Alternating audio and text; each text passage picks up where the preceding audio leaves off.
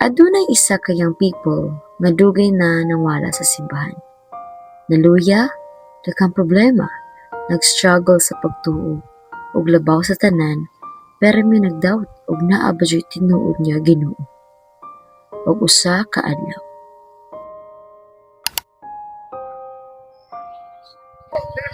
Sa kinabuhi, daghan kayong dalan pero unsaon man nimo pagpili kung wala ka kaybaw kung asa ka padung?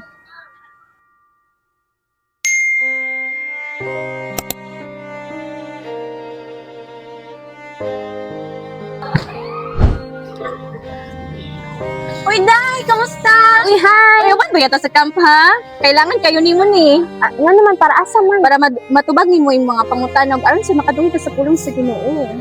Ay, Sam, murag dili pa man siguro ko ready. Ay, dili na kinahanglan nga ready, Day. At kailangan lang imong willingness. Sige, maguna-una sa ako. Sige, Day. Sige, Amping.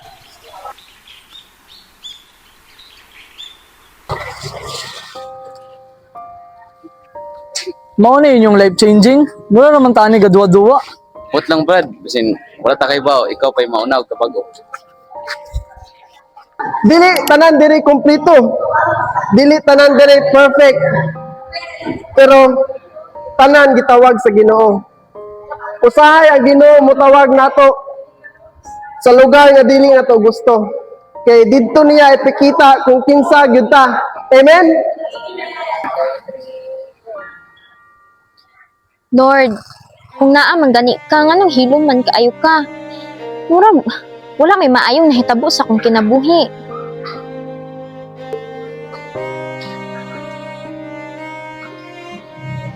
bisod no, kabalo ka ang problema usahay gusto nato klaro tanan pero ang gusto sa Ginoo nga masalig ang kasaya ha. Kaayo wala ko kaybaw kung usa akong buhaton. Lisod man mo tuog mo salig kung naglibog ka. Sa kinabuhi dili mawala ang paglibog pero pwede nimo plion ang pagtuo. Kung naaman kay mga problema no diha sa mong kasing-kasing, i-surrender na sa Ginoo. Dili kinahanglan perfect at tubangan sa Ginoo. Kailangan lang yun tinuod.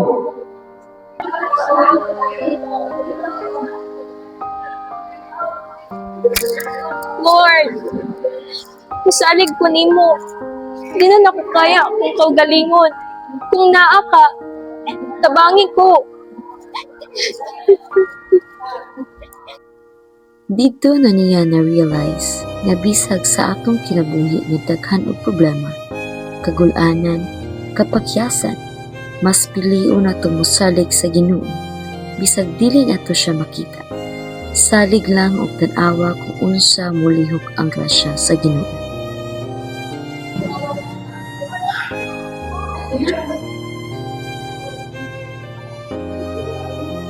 Ang tinuod nga pagsulay naa sa gawas. Pero dili ka sa parehas sa una. Sa atong kinabuhi, dili tanan klaro, dili tanan sayo. Pero ang pagtuo, dili paghulat nga makita nimo ang tanan, kun dili paglakaw, bisan wala pa. Kay ang Ginoo anaa na sa unahan, naghulat nimo. Ug usahay, ang pinakadakong lakang sa imong kinabuhi, mao ang pagsali. Ang pangutana, mutubag ka ba sa tawag?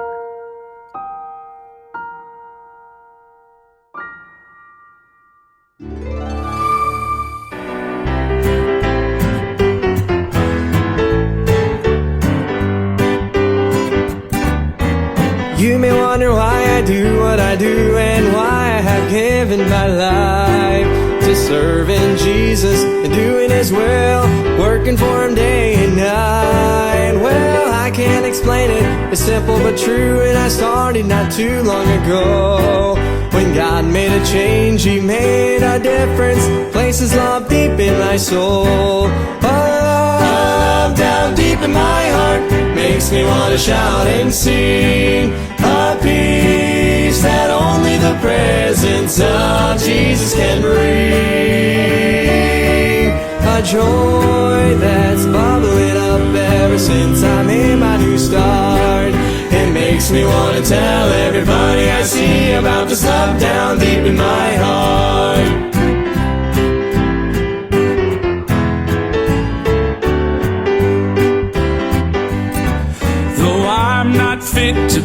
a servant. Jesus has made me an heir to an eternal kingdom way up in heaven that God has gone now to prepare.